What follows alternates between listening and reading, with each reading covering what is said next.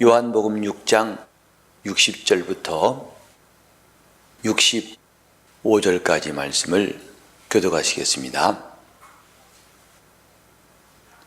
제자 중 여럿이 듣고 말하되 이 말씀은 어렵도다 누가 들을 수 있느냐 한데 예수께서 스스로 제자들이 이 말씀에 대하여 수군거린 줄 아시고 가라사대 이 말이 너희에게 걸림이 되느냐 그러면 너희가 인자의 이전 있던 곳으로 올라가는 것을 볼 것 같으면 어찌하려느냐 살리는 것은 영이니 육은 무익하니라 내가 너희에게 이른 말이 영이요 생명이라 그러나 너희 중에 믿지 아니하는 자들이 있느니라 하시니 이는 예수께서 믿지 아니하는 자들이 누구며 자기를 팔 자가 누군지 처음부터 아심이로라 또 가라사대 이러함으로 저는 너희에게 말하노라 내 아버지께서 오게 하여 주지 아니하시며 누구든지 내게 올 수 없도다 하시니라. 아멘.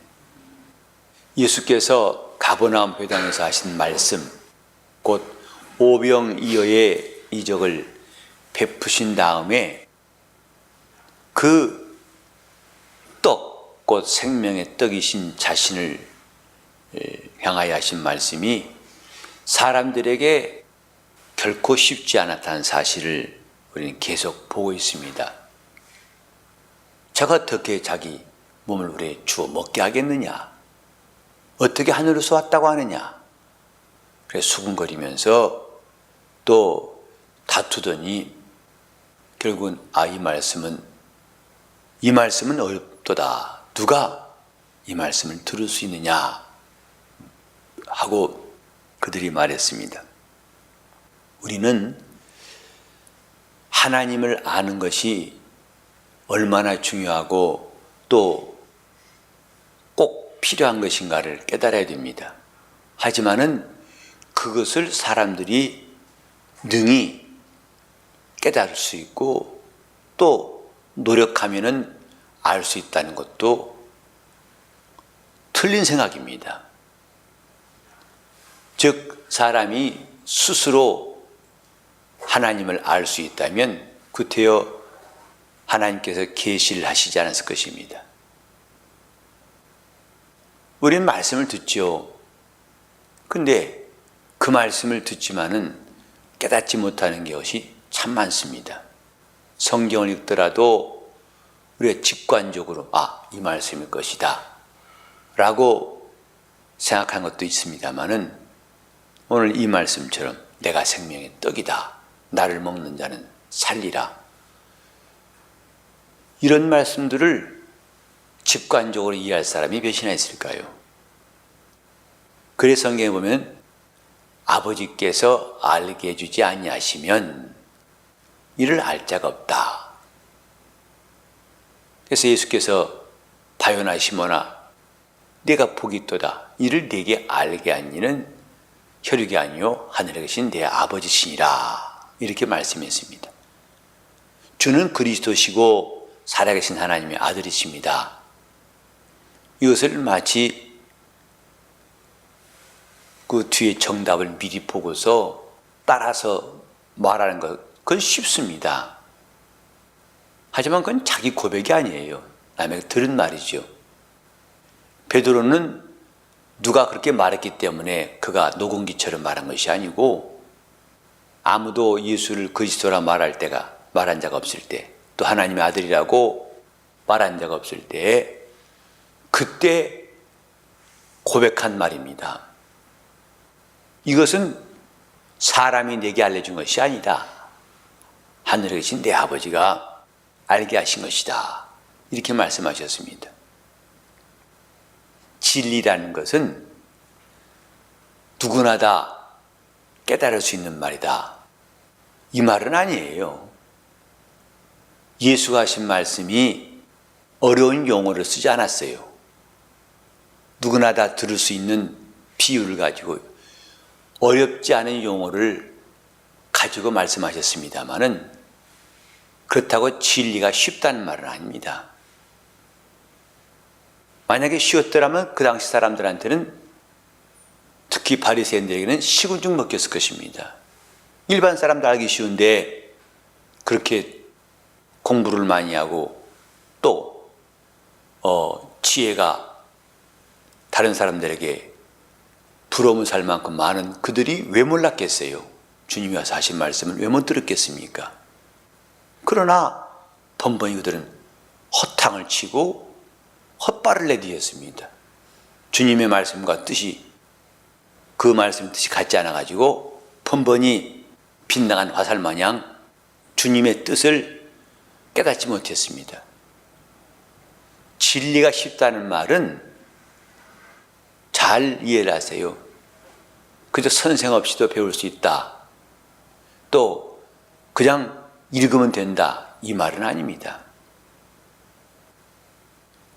주님이 이런 말씀하신 적 있죠? 아버지여, 이걸 지혜롭고 슬긴 자에게는 숨기시고 어린 아이에게는 나타내심을 감사하나이다. 어린 아이에게는 나타내시고 곧 먼저 그 마음이 어린아이가 되었기 때문에 하나님께서 그에게 진리를 알게 하신다는 뜻이죠. 그러니까 쉽다는 것이죠. 절대적으로 쉽다는 말은 아닙니다. 무조건 다 들으면 안다. 이 말은 아닙니다. 여기 주님께서 이 말씀하신 것 때문에 많은 사람이 떠나갔어요.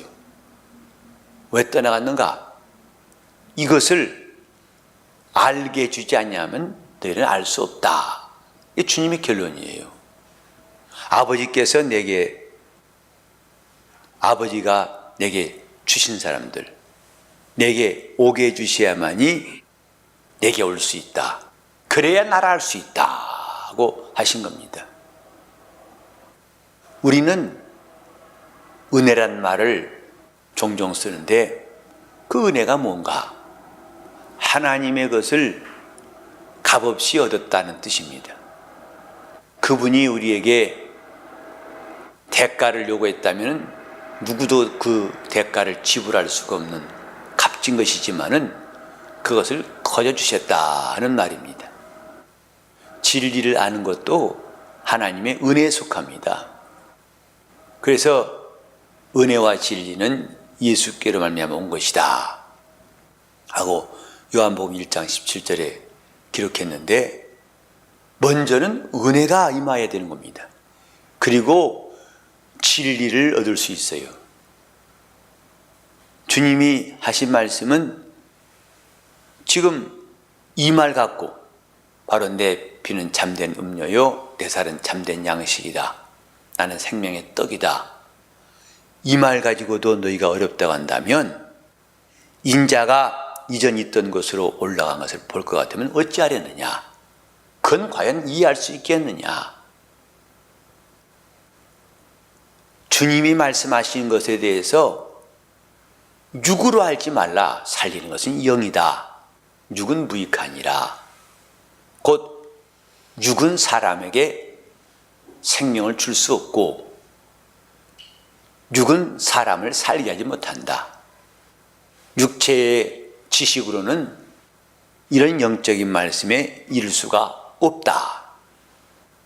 살리는 것만이 영이다 라고 주님께서 말씀하셨어요. 어제도 말씀드렸습니다마는 만나는 먹고도 죽었다. 그러나 생명의 떡은 죽지 않게 하는 것이다. 먹어도 죽은 것은 아무 소용없다. 그러나 내가 주는 이 양식은 먹고도 죽지 않느니라. 이 진리를 알라는 것입니다. 이 말이 살리는 것이다. 하나님 말씀은 살리는 영이다. 우리가 교회 생활하면서 그저 다 아는 것 같지만은 그러나 그것을 건너올 때가 참 많습니다.